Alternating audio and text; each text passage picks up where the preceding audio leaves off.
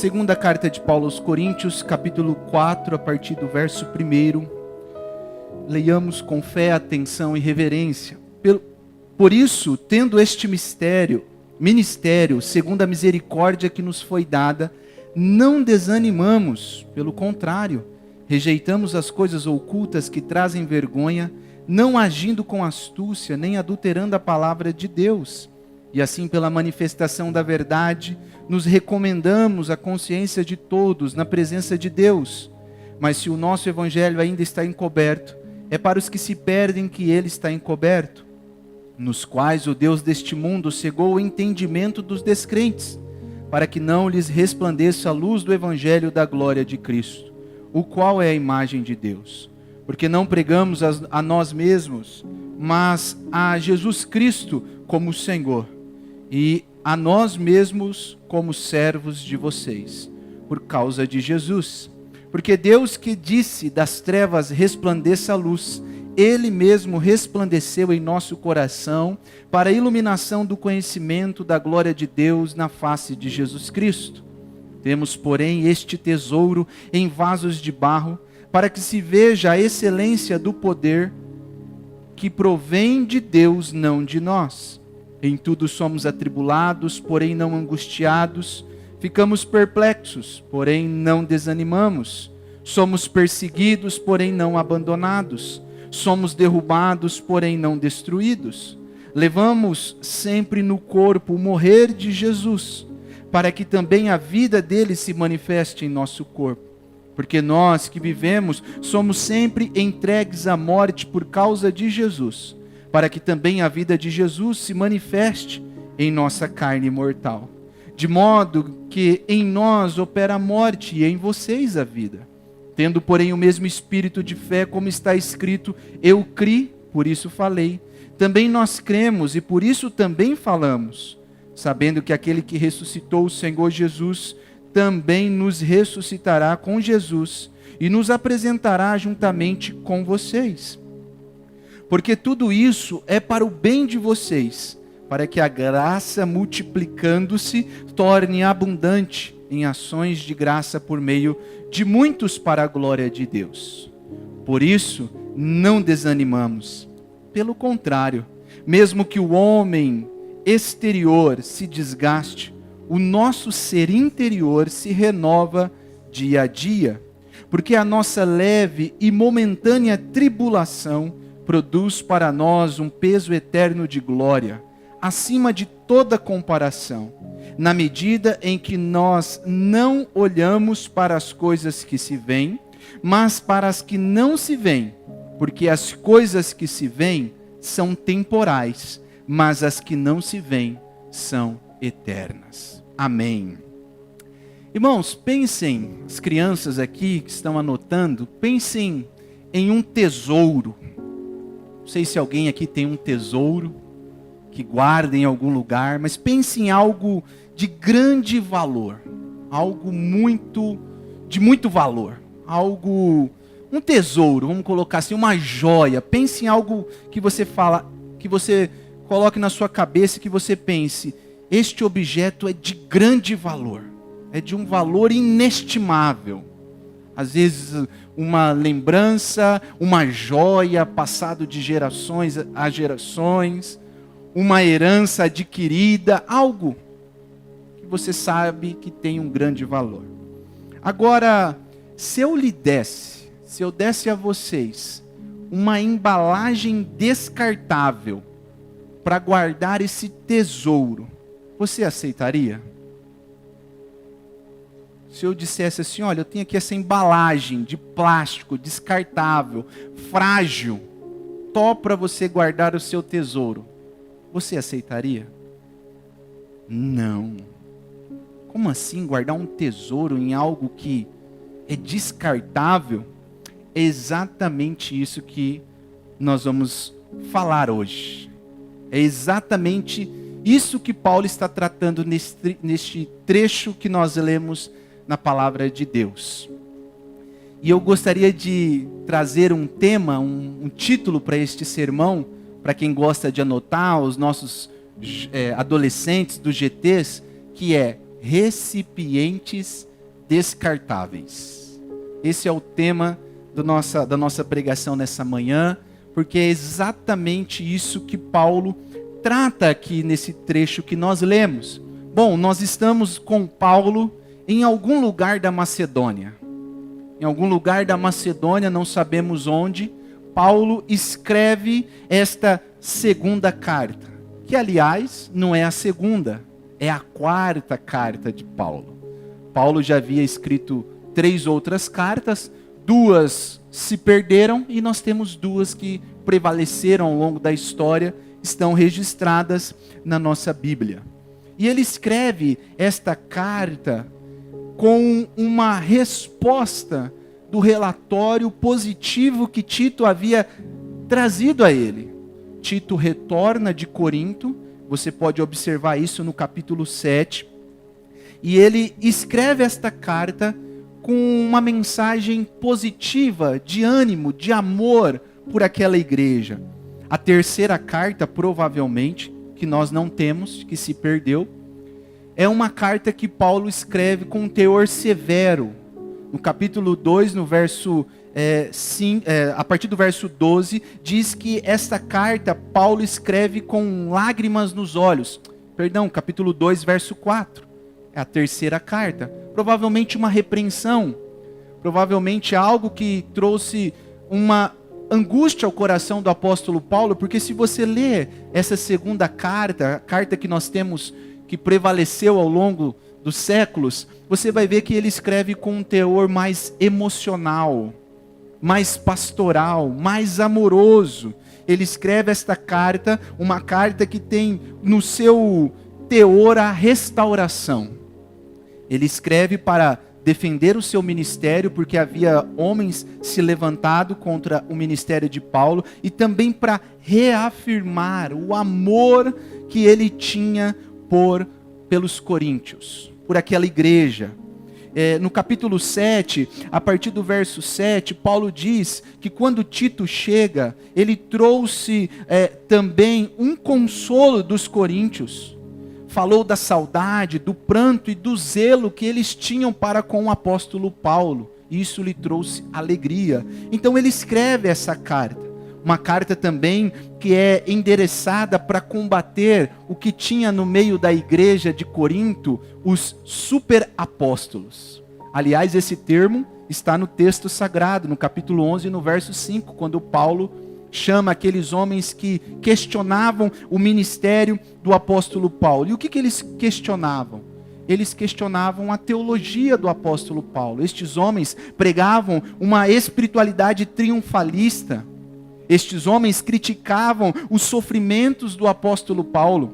Estes homens promoviam, vendiam a palavra de Deus, tornavam a palavra de Deus uma forma de lucro. Então Paulo escreve esta carta para evidenciar que o poder de Deus se aperfeiçoa na fraqueza. E neste texto que nós lemos, como eu gosto sempre de citar, o apóstolo Paulo novamente organiza o seu pensamento de uma forma progressiva. Ele vai avançando. Ele fala do tesouro, ele fala do recipiente e depois ele fala do propósito. E é sobre isso que eu gostaria de forma breve falar com os irmãos nessa manhã. Primeiro ponto que Paulo vai mostrar na sua forma de pensar é o anúncio do tesouro. Ele anuncia o tesouro. E isso está do verso 1 ao verso 6. Do verso 1 ao verso 6 ele vai começar dizendo: por isso temos este ministério. Ou seja, essa palavra por isso é uma conclusão. É algo que ele está concluindo um pensamento que ele já vinha construindo a partir do capítulo 3. E se você ler depois na sua casa, você vai ver que ele está falando do ministério. Que ministério é esse que Paulo fala? Que nós temos este ministério? A resposta está no capítulo 3 e no versículo 9, quando ele diz: porque se o ministério da condenação, ou seja, da lei, teve glória, muito maior em proporção será o glorioso ministério da justiça. Que ministério é esse? O Evangelho. É isso que Paulo está mostrando aqui. Que nós agora temos este ministério, nós temos o Evangelho. E aí nos 6 primeiros versículos aqui do capítulo 4, Paulo então está concluindo a explicação sobre o Evangelho e a incumbência que ele recebeu para anunciar as boas novas de salvação. Interessante que ele, nessa construção, a partir do capítulo 3, vai mostrar que o Evangelho que nós temos, ele é descoberto. Ou seja, nós conseguimos contemplar a glória do Senhor através do Evangelho, coisa que não acontecia no Antigo Testamento. No Antigo Testamento, no capítulo 3, no verso 13, diz que Paulo punha no seu rosto um véu, para que os filhos de Israel não pudessem fixar os olhos em si, mas essa glória ia desvanecendo. Agora Paulo está dizendo, nós temos esta glória, nós contemplamos esta glória do Evangelho, onde? No Cristo glorioso, que é a imagem do Pai. Verso 4 do capítulo 4, ele diz o seguinte: a luz do Evangelho da glória de Cristo, o qual resplandece na imagem de Deus. Nós temos esse Evangelho, então ele vai fazer esta comparação, mostrando que a glória de Deus no Antigo Testamento, você pode ver isso em Êxodo, capítulo 13, ela era representada por uma luz brilhante, que de dia caminhava com o povo através da nuvem, e à noite através de uma coluna de fumaça. E quando aquela glória, aquela luz, ela saía do acampamento, todo o povo se movia, mas quando ela parava, todo o povo parava. Posteriormente, depois, essa glória, esta luz, preencheu o tabernáculo e depois o templo de Salomão. Mas quando nós abrimos o Evangelho de João, no capítulo 1 e no verso 14, nós vemos que essa glória brilhou muito mais forte e intensa na face de Cristo, onde o evangelista diz o seguinte: o Verbo se fez carne e habitou entre nós, cheio de graça, de verdade. Vimos a sua glória, glória como unigênito do Pai. Paulo então demonstra aos coríntios, irmãos, que este anúncio que ele está fazendo, ou seja, o anúncio do Evangelho, não é algo passado, não é algo feito de sórdida ganância, por astúcia ou adulterando a palavra, como você pode observar no verso 2. Mas ele faz isso porque essa luz foi revelada a ele, e ele não pode mais se conter a não anunciar esta luz, ele precisa anunciar. No capítulo 2, no verso 17 desta carta, ele diz que ele não faz isso como outros, mercadejando a palavra de Deus. Pelo contrário, ele fala na presença de Deus com sinceridade pelo próprio Deus. Paulo então, ele tem essa incumbência de anunciar, de demonstrar este tesouro. Ele começa a sua linha de raciocínio, de progressão, mostrando primeiro o Evangelho. O que é o Evangelho? O que esse Evangelho trouxe para nós? Ele trouxe a presença, a glória de Deus. Ele evidenciou a glória de Deus na face de Cristo. O Verbo se fez carne, encarnou, e nós vimos a glória de Deus. Algo que no Antigo Testamento às vezes acontecia, na verdade acontecia uma vez por ano, no que era chamado, e ainda hoje, o Yom Kippur, o dia da expiação, quando um homem somente entrava no Santo dos Santos, e diante da tampa do propiciatório ele via a Shekinah de Deus descer ali. Um homem só. Mas agora Cristo, Paulo está dizendo, este Evangelho que eu estou anunciando, que eu estou mostrando a vocês, é anunciado através de Cristo, é a glória de Cristo. Ele resplandece na face de Cristo. Ou seja, o tema de Paulo, irmãos, o que Paulo prega e o que os seus companheiros pregam, era uma mensagem somente: Jesus Cristo, crucificado, ressuscitado, e que um dia voltará. Essa é a mensagem. Então Paulo, no seu primeiro ponto aqui de progressão, ele apresenta este Evangelho, e os irmãos vão entender por que ele faz primeiro essa apresentação. Por que ele mostra que nós temos um tesouro inestimável, que homens do Antigo Testamento gostariam, que homens do Antigo Testamento só vislumbravam por uma promessa, que homens caminharam as suas vidas somente por esta promessa, que nasceria da mulher um que pisaria a cabeça da serpente. Depois os apóstolos vieram e, através desta iluminação, desta glória, deste evangelho, caminharam as suas vidas, morreram, deram as suas vidas por conta desta mensagem. Paulo está mostrando tudo isso para nos apresentar posteriormente a sua progressão, o segundo ponto.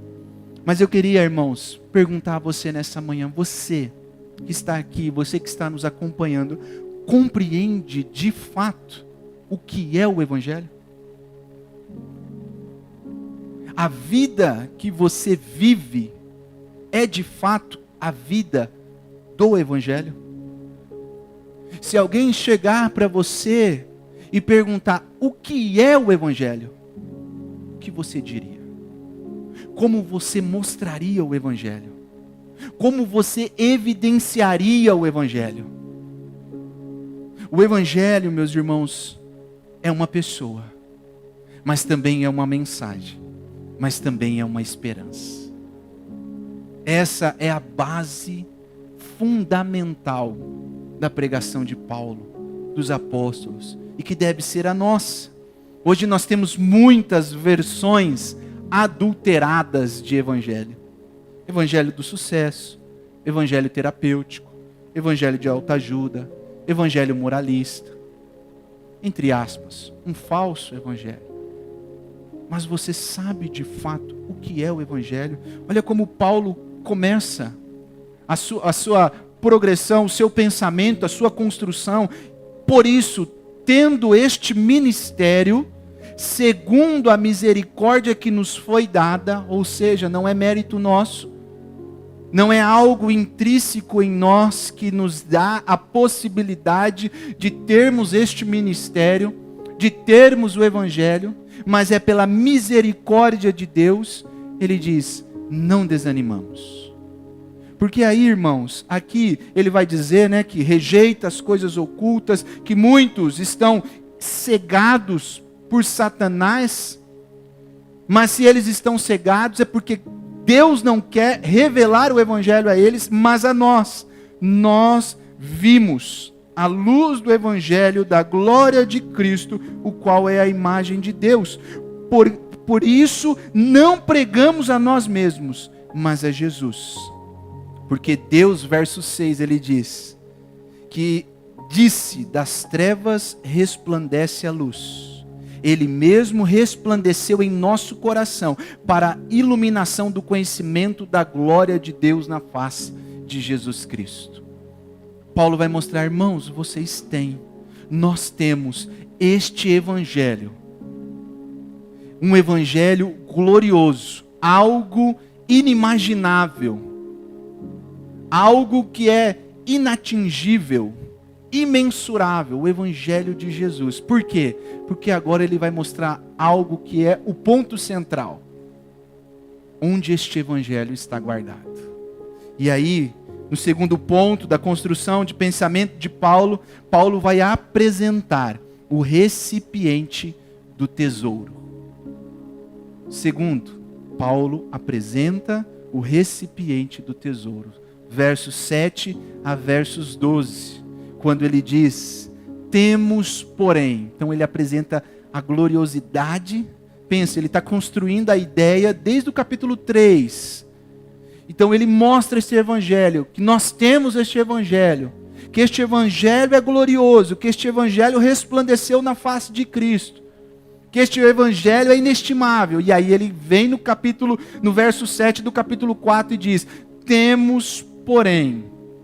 Interessante, né? Temos, porém, este tesouro em vasos de barro, para que se veja que a excelência do poder provém de Deus e não de nós. É como se ele pintasse aquele quadro bonito e agora ao emoldurar, ele não emoldura. não coloca numa moldura bonita, uma moldura agradável. Na verdade, ele pega e deixa sem moldura ou coloca uma fitinha. Mas ele diz: essa fitinha são vocês. Este barro sou eu e é você. Este evangelho glorioso que homens morreram no passado, que homens vislumbraram no futuro, que homens caminharam através dele, agora está armazenado, guardado em você.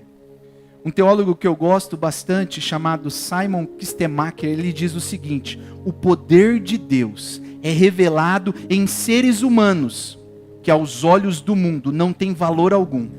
Por exemplo, pense em um bando de pescadores incultos que segue a Jesus e então são cheios do Espírito Santo e espalham o evangelho até os confins da terra. Pense em Jason e alguns companheiros cristãos que são amarrados diante de oficiais da cidade de Tessalônica e são acusados de transtornar o mundo. Ou melhor, pense em Paulo. Alguns ouvem ele dizer e não se impressionam pelo bem e as qualidades de um bom orador. Capítulo 10, verso 10 da segunda carta aos Coríntios. Contudo, ele proclamou o evangelho, fundou congregações, fortaleceu os crentes, compôs epístolas que já levaram a mensagem da salvação a incontáveis multidões em todo o globo terrestre. Aos olhos humanos, irmãos, o evangelho é um paradoxo. Aos olhos humanos, o evangelho não é possível, porque a nossa sociedade, ela é medida pela alta performance. Se fosse nos dias de hoje, aos olhos de muitos gurus, Jesus teria que ter escolhido os CEOs da época. Homens capacitados, gabaritados, culturalmente letrados. Mas Jesus escolhe homens incultos, pescadores, que ninguém dava nada, que muitas vezes não tinha acessos para serem embaixadores, vasos deste tesouro. Por quê? Porque o poder de Deus, irmãos, é que opera em nós. E não nós que operamos pelo poder, com o poder de Deus, é o poder de Deus. A autoridade do evangelho não é humana, pelo contrário, ela tem a sua fonte em Deus. Romanos 11:36, porque dele, por ele, para ele são todas as coisas. Paulo então vai pegar, construir aquela ideia do evangelho, o evangelho inestimável, esse tesouro que deve ser guardado em um grande cofre, com várias chaves, mas ele vai dizer: não, esse tesouro não é guardado aí, esse tesouro é guardado em você. Vaso frágil, vaso limitado, vaso que no contexto da época era usado de forma ignóbil, de uma forma para dejetos. E Paulo vai dizer: é este tesouro que está guardado em vocês. Ele demonstra que o recipiente que Deus escolheu para armazenar o glorioso evangelho é frágil, é descartável, é perecível. Na sua primeira carta, no capítulo 1, no verso 27, ele diz que Deus escolheu as coisas loucas do mundo para envergonhar os sábios e escolheu as coisas fracas do mundo para envergonhar as fortes. Escolheu as humildes e desprezadas, a fim de que ninguém se glorie na presença de Deus. Temos, porém, essa gloriosa manifestação do evangelho armazenada em embalagens descartáveis. Embalagens frágeis. Aquele copinho de água que você pega, depois descarta. O Ari até falou o nome de uma marca, mas eu não vou falar, né, Ari? Porque nós estamos gravando. Mas nós, irmãos, somos essa embalagem. E Paulo, ele vai construir a linha de raciocínio. Irmãos, quando a gente lê a palavra e vê o ponto que Paulo quer chegar, ele vai chegar agora na acusação que faziam contra ele. Que ele era fraco, que ele sofria demais.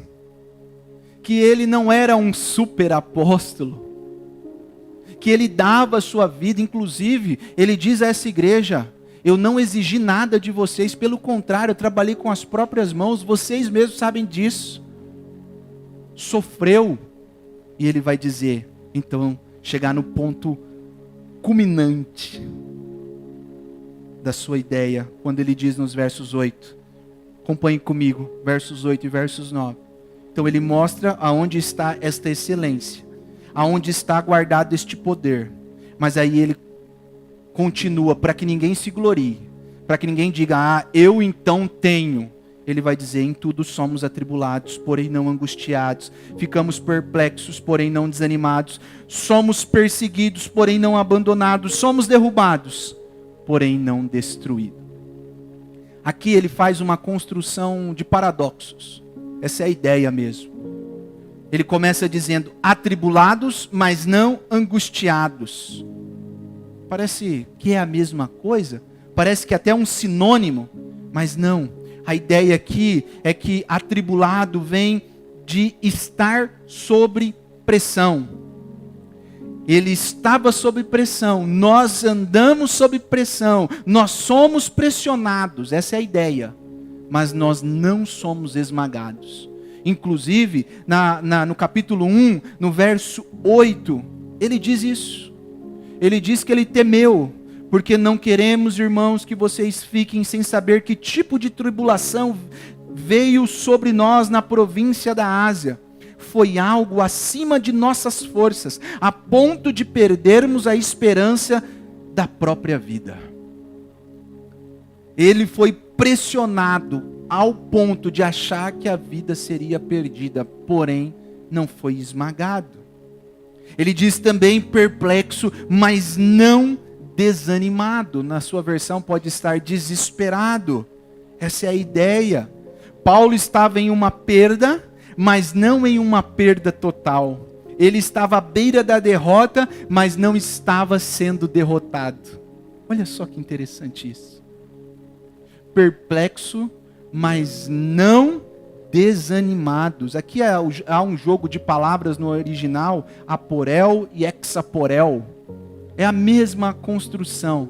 É como se perplexos, mas não totalmente perplexos. Olha, eu estou sendo derrotado, mas não totalmente derrotado. Ou seja, estou perdendo, mas eu não vou perder no final. Entende? Olha o que Paulo está dizendo. Ele continua dizendo, perseguidos, mas não abandonados. Ou seja, porque ele sabia que o Senhor nunca abandona aqueles que são seus. Aliás, essa é a promessa que ele faz a Josué quando vai dar a terra ao povo. Ele diz, assim como estive com Moisés, estarei com você, não o deixarei e nem o abandonarei. Josué capítulo 1, verso 5. Derrubados, mas não destruídos. Ele vai expondo a realidade do recipiente. A ideia aqui que Paulo, quando ele diz derrubados, mas não destruídos, é interessante, que pode ser trazida nos termos do boxe. Quem já praticou alguma arte marcial vai se lembrar que às vezes nós podemos ser derrubados, mas não nocauteados. Você pode cair, mas o nocaute é diferente. Essa é a ideia que Paulo traz aqui. Essa ideia de ser derrubado, cair, mas não ser destruído. A vida, irmãos, de todos os lados nos pressiona, porém a graça de Cristo nos sustenta. Amém? É isso que Paulo está dizendo. Ele mostra então a realidade do evangelho, do tesouro, anuncia o tesouro, mostra esse tesouro inestimável. Depois ele coloca dentro de um recipiente frágil, que pode quebrar, que aliás quebra, que aliás cai, que aliás fica prostrado, mas esse recipiente nunca é destruído. É isso que ele está mostrando. Porque o valor não está no recipiente. Paulo está querendo provar isso na sua linha de raciocínio. O valor não está no vaso, o valor não está na embalagem, o valor está no conteúdo, no que está dentro dele. No versículo 10 ele diz assim: levamos sempre no corpo o morrer de Jesus, para que também a vida dele se manifeste em nosso corpo. Parece algo assim quando você lê e fala: nossa, Paulo estava falando de coisas tão belas, agora está falando de coisas tão tristes. Nós estamos levando no corpo o morrer de Jesus. É porque para Paulo os sofrimentos faziam parte do seu modo de vida. Ele diz no capítulo 15, versículo 31 de 1 Coríntios: dia a dia eu morro.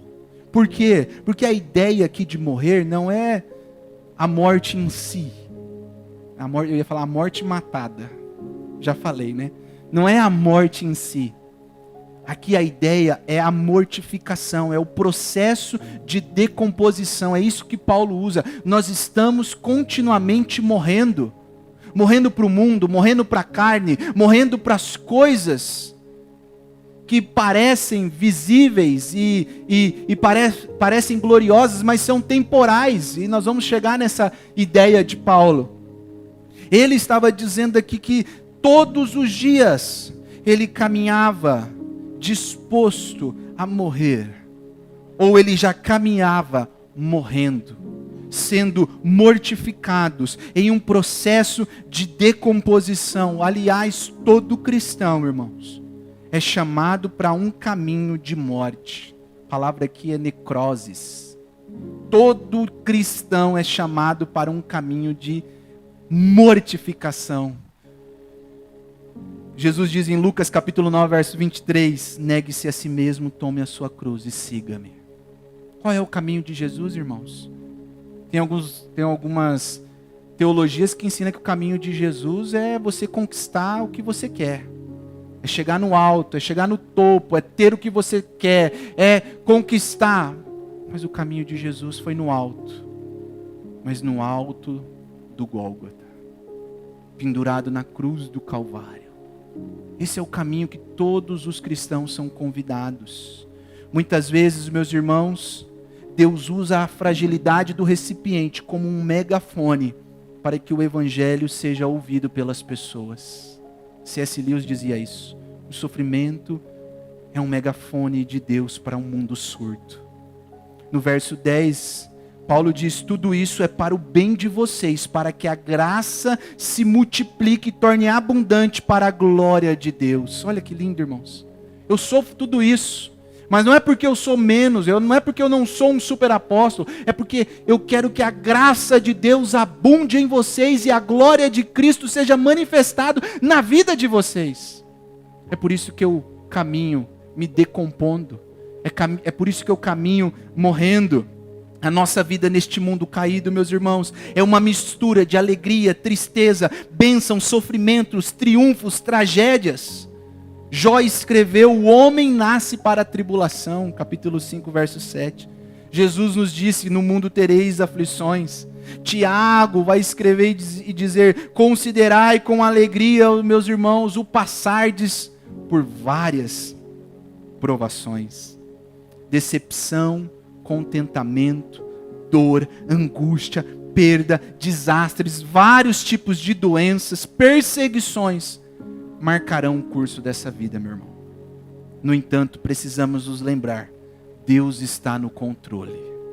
Ele está cuidando de tudo. Ele sabe para onde Ele está nos conduzindo. O Evangelho é este caminho. Eu disse algumas vezes aqui, repito novamente, possa ser, meu irmão, que Deus não irá curar esta doença que você está enfrentando aqui, nesta terra, mas certamente Ele curará na eternidade. A nossa vida é assim, irmãos, é lutas, tragédias, alegrias, mas é lutando todos os dias, sabendo para onde estamos indo, para qual lugar estamos caminhando. Paulo mostra: olha, não se glorie, porque o recipiente está sujeito a todas essas coisas. Mas há um propósito, e aí vem o fechamento, o terceiro degrau da escada de Paulo. Há um propósito para este tesouro. E aí o terceiro ponto, Paulo aponta o propósito do tesouro. Versos 16 ao verso 18. Eu quero ler. Ele diz, por isso, olha só, ele repete a mesma transição, a mesma construção da frase que ele coloca no primeiro versículo do capítulo 4, ele coloca aqui agora de novo, para fechar. Por isso, não desanimamos. Pelo contrário, mesmo que o nosso ser exterior se desgaste, o nosso ser interior se renova dia a dia. Porque a nossa leve e momentânea tribulação produz para nós um eterno peso de glória acima de toda comparação. Na medida em que não olhamos para as coisas que se veem, mas olhamos para as coisas que não se veem, que são eternas. Então, depois de expor a realidade do Evangelho, o recipiente do Evangelho, as características desse recipiente, e onde este tesouro está armazenado, Paulo aponta para o propósito final deste tesouro, neste recipiente. Não desanimamos. Ele retorna esta sentença. Ele inicia o capítulo dizendo, não desanimamos porque este é o tesouro, ou seja, a excelência do poder de Deus. Depois no meio, no capítulo, no verso 8 ele diz, não desanimamos, pois temos um Deus que caminha conosco. E depois no verso 16 ele diz, concluindo, não desanimamos, porque este tesouro nos aponta algo maior, muito melhor, sem qualquer comparação humana. O que? A eternidade. Paulo então diz que este homem exterior se desgasta. Aqui é o desgaste do nosso corpo natural, deste vaso de barro que vai perdendo as suas características, desse vaso de barro que vai perdendo a sua coloração, deste vaso de barro que vai trincando com o tempo.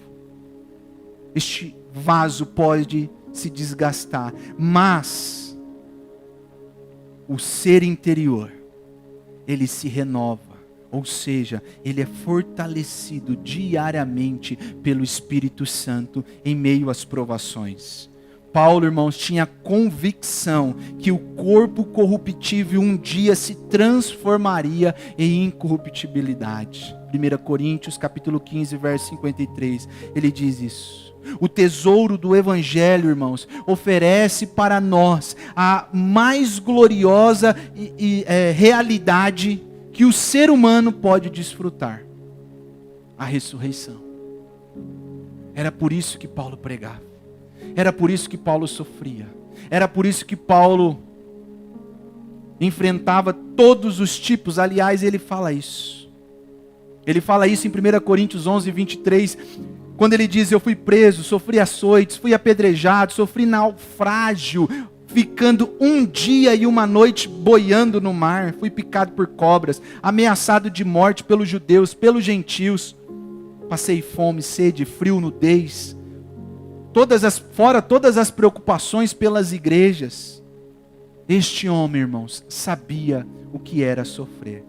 Porém, ele nunca perdeu de vista o propósito deste tesouro, a eternidade. Porque para mim, tenho por certo que os sofrimentos do tempo presente não podem ser comparados com a glória que será revelada em nós. Aquilo que os olhos não viram, os ouvidos não ouviram, nem jamais penetrou o coração humano, é o que Deus tem preparado para aqueles que os amam. Pois sabemos que se a nossa casa terrestre, este tabernáculo se desfizer, temos da parte de Deus um edifício, uma casa não feita por mãos humanas eternas, nos céus. E por isso, neste tabernáculo gememos, desejando muito ser revestido da nossa habitação celestial. Ele sabia, irmãos, o que era sofrimento. Ele sabia que este tesouro estava em um recipiente totalmente descartável, totalmente possibilitado de quebrar. Mas ele sabia que esse tesouro estava conduzindo para algo muito maior, a eternidade. Nada, meu irmão, do que nós passemos aqui nesta terra se compara com aquilo que Deus tem para nós. Nenhum sofrimento, nenhuma angústia, nenhum choro é comparado com essa glória. E Paulo fecha o seu pensamento dizendo isso. Paulo era um homem que caminhava com seus pés na terra, mas o seu coração estava nos céus.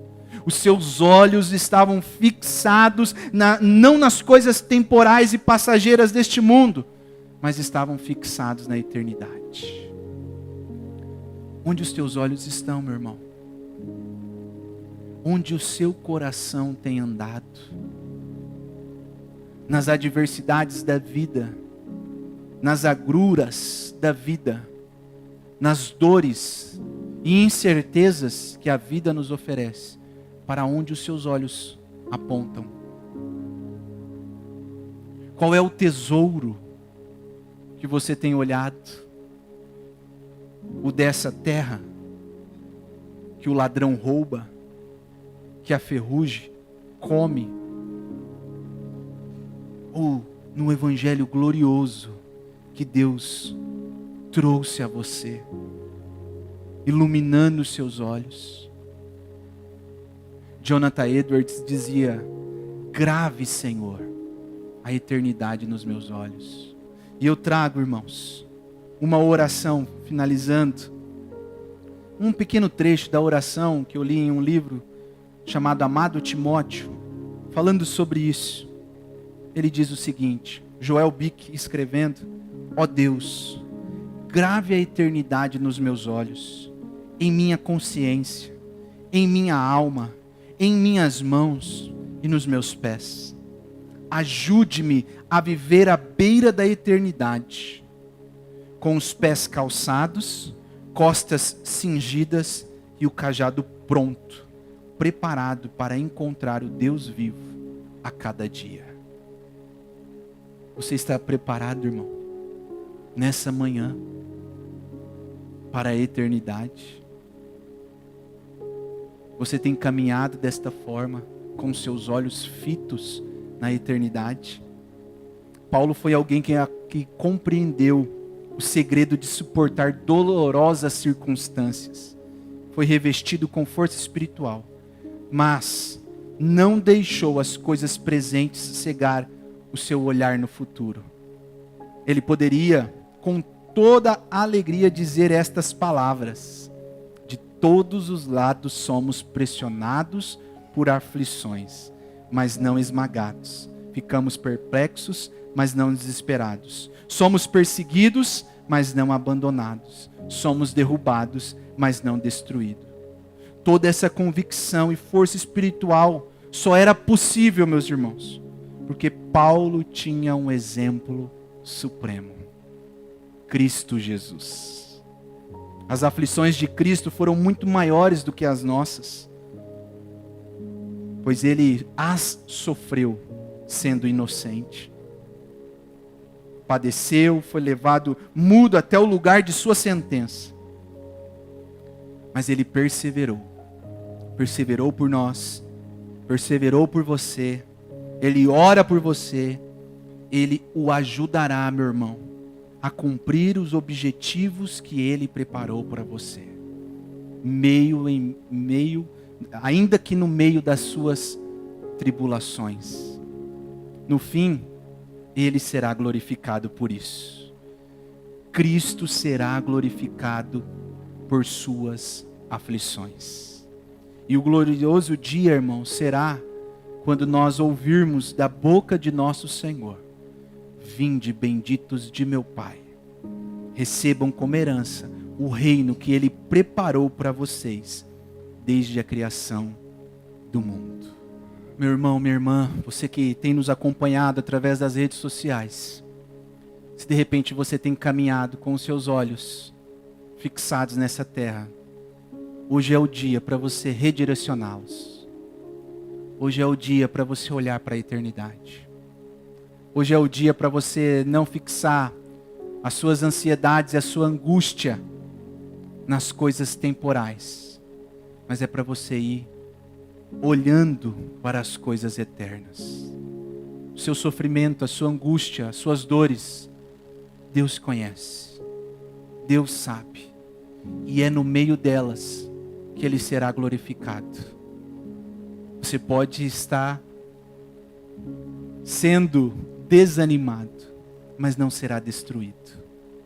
No fim de tudo isso, meu irmão, no fim de toda essa dor, no fim de toda esta angústia, quando chegarmos na eternidade, a gloriosa face de Jesus, a majestade dele diante de nós, não vai se comparar com nenhum sofrimento que você passou nessa terra. Fixe os seus olhos em Cristo Jesus.